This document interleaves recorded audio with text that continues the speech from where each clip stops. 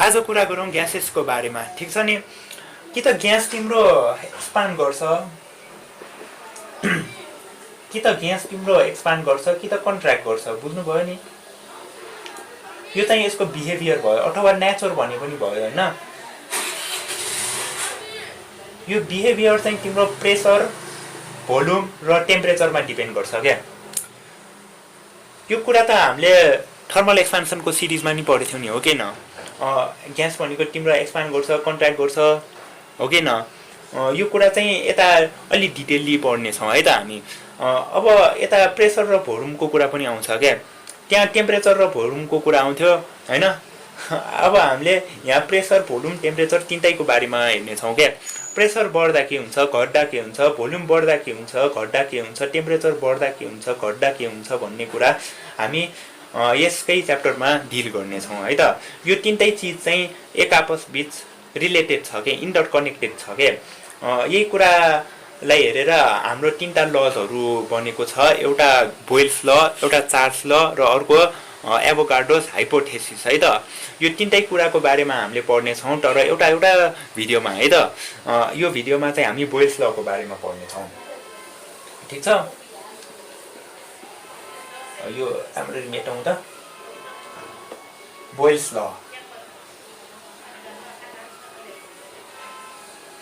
के भन्छ त यसले? यो भन्न अगाडि, यसको कुरा बुझाउन अगाडि म यसको अलिकति हिस्ट्री बुझाउन मन लाग्यो।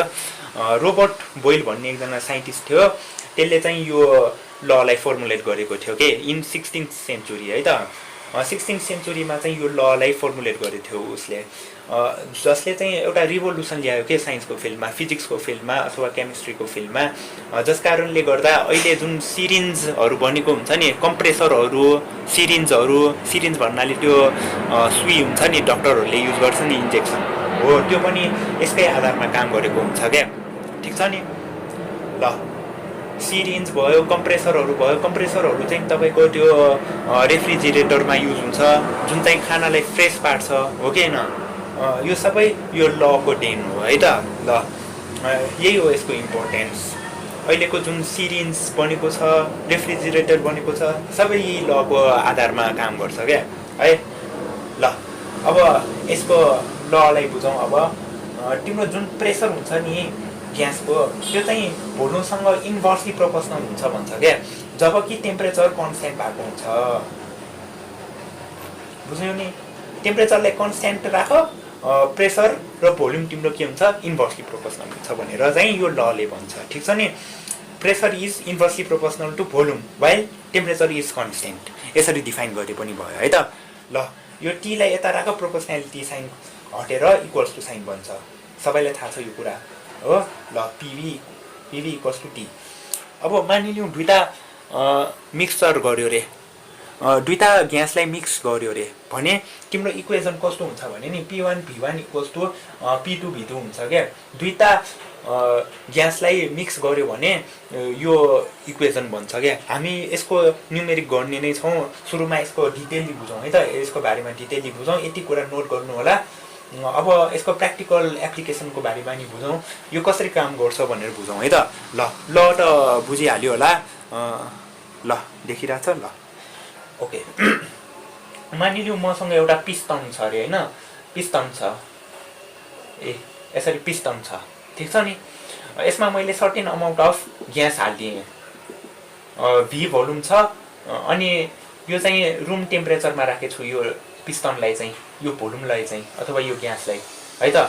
रुम टेम्परेचर भने कति हो, 25 डिग्री सेल्सियस। योभन्दा बढी हुनु भएन, योभन्दा कम हुनु भएन है त, किनभने टेम्परेचर कन्स्ट्यान्ट हुनुपर्छ बोयल्स लको लागि। प्रेसर माथिबाट दिउँ भने यो पिस्टनको लेभल त तल झर्छ नि, माथिबाट प्रेसर दियो भने त। यता सुरुको फेजमा यो पिस्टन यता थियो, लेभल यता थियो, प्रेसर दियो यता आयो, फेरि प्रेसर गर्यो यता आयो, हो कि न। अघिसम्म यति थियो, प्रेसर दियो यत्रो भयो, फेरि प्रेसर दियो यत्रो भयो, भोल्युम घटिरहेछ नि, हेर त। अघिसम्म यता थियो, अझै प्रेसर दियो यत्रो भयो, अझै प्रेसर भयो यत्रो भयो है, भोल्युम घट्यो नि। यही कुरा होइन त, टेम्परेचर त कन्स्ट्यान्ट छँदैछ। ल यही हो क्या प्र्याक्टिकल युज भनेकै है त। ल सिरिन्ज भनेको थिएँ नि मैले डक्टरले युज गर्नलाई हो, त्यो सिरिन्ज पनि यसरी नै काम गर्छ है त। भ्याक्सिनेसन यता हुन्छ अनि तल सुई हुन्छ, स्किनमा हालिदिन्छ अनि भ्याक्सिनेट हुन्छ, हो कि न। कोरोना भाइरसमा यस्तै गरेको थियो नि, हो कि न, कोभिड-19को बेला पनि हो। त्यो सिरिन्ज पनि यसरी नै काम गर्छ है त। ल बोइल्स लकै देन हो। अब यो कुरालाई अलिकति प्र्याक्टिकल्ली हेरौँ, आई मिन ग्राफिकल्ली हेरौँ, सरी। ग्राफमा चाहिँ तिम्रो कस्तो हुन्छ भने नि, पिभी ग्राफ के, पिभी ग्राफ। तिम्रो यो पिभी ग्राफ भनेको चाहिँ यस्तो भइदिन्छ क्या, यस्तो कर्भ भइदिन्छ। बुझ्नु पर्यो नि, यसको अर्थ के भयो त, जति जति प्रेसर बढ्दै गयो नि, जति जति प्रेसर यसरी बढ्दै गयो नि, त्यति नै भोल्युम घटिरहेछ क्या। यता हेर्नु त, प्रेसर यता हुँदा P1 हुँदा भोल्युम यति छ क्या है, P1 छ क्या, जुन चाहिँ बेसी छ। प्रेसर कम छ, हेर प्रेसर कम छ, भोल्युम यत्रो छ, हो, यु क्यान सी इट। हेर अब प्रेसर बढिरहेछ, भोल्युम के भइरहेछ, घटिरहेछ क्या। यी हेर न, भोल्युम घटिरहेछ। यी अघिसम्म यति थियो, अहिले यति भयो। प्रेसर अघि यति थियो, यति भयो। अझै माथि आऊ, अझै बढ्छ। यी हेर त, यी हेर त, भोल्युम कत्रो भयो, प्रेसर कति छ, हो कि न। ल यही हो पिभी डायग्राम चाहिँ। यसको अर्को डायग्राम पनि हुन्छ, अर्को डायग्राम चाहिँ यस्तो हुन्छ, हेर्नु ध्यान दिएर, यस्तो सिधा भइदिन्छ, ठिक छ नि। 1/V यो चाहिँ सबै भ्याल्यु निकालेर प्लट गरेको कुराहरू हो है। यो चाहिँ यो पनि यस्तै हो, यी ठिक छ नि। भोल्युम घट्दा प्रेसर बढिरहेछ,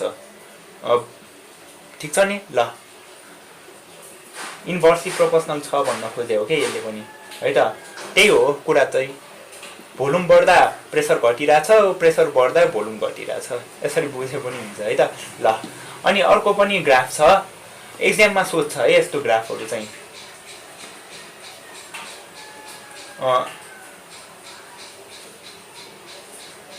यो चाहिँ पिभी भयो, यो चाहिँ टेम्परेचर भयो क्या। टेम्परेचर कन्स्टेन्ट छ नि, हो कि न। पिभी जति बढाए पनि टेम्परेचर कति छ जस्ताको त्यस्तै छ नि, होइन। ल यति हो क्या पिभी डायग्राम भनेको चाहिँ, ठिक छ नि। ल अब यसको रिलेटेड एउटा क्वेसन गरिहालौँ त। एकदम सिम्पल क्वेसन हुन्छ है त, एकदमै सिम्पल क्वेसन हुन्छ। एकैछिनमा क्वेसन ल एउटा मैले क्वेसन लिएको छु, जुन चाहिँ तपाईलाई एउटा एक्जाम्पलको लागि हो है। अरू क्वेसन पनि हामी गर्दै जानेछौँ, अहिलेको लागि यति नै बुझौँ है। ल at a particular temperature the gas has a volume of 75 cc at 1 atm. What will be the volume if pressure doubled? सुरुको इनिशियल के छ हाम्रो, इनिशियल के छ, P1 के छ हाम्रो 1 atm छ, हो कि न। भोल्युम कति छ, V1 कति छ, 75 cc छ। अब फाइनल भोल्युम कति हुन्छ अरे के, फाइनल भोल्युम कति हुन्छ जब प्रेसरलाई डबल गर्यो भने। यो प्रेसरलाई डबल गर्यो भने कति हुन्छ त, अब 2 atm भने भोल्युम कति त, कति हो भोल्युम।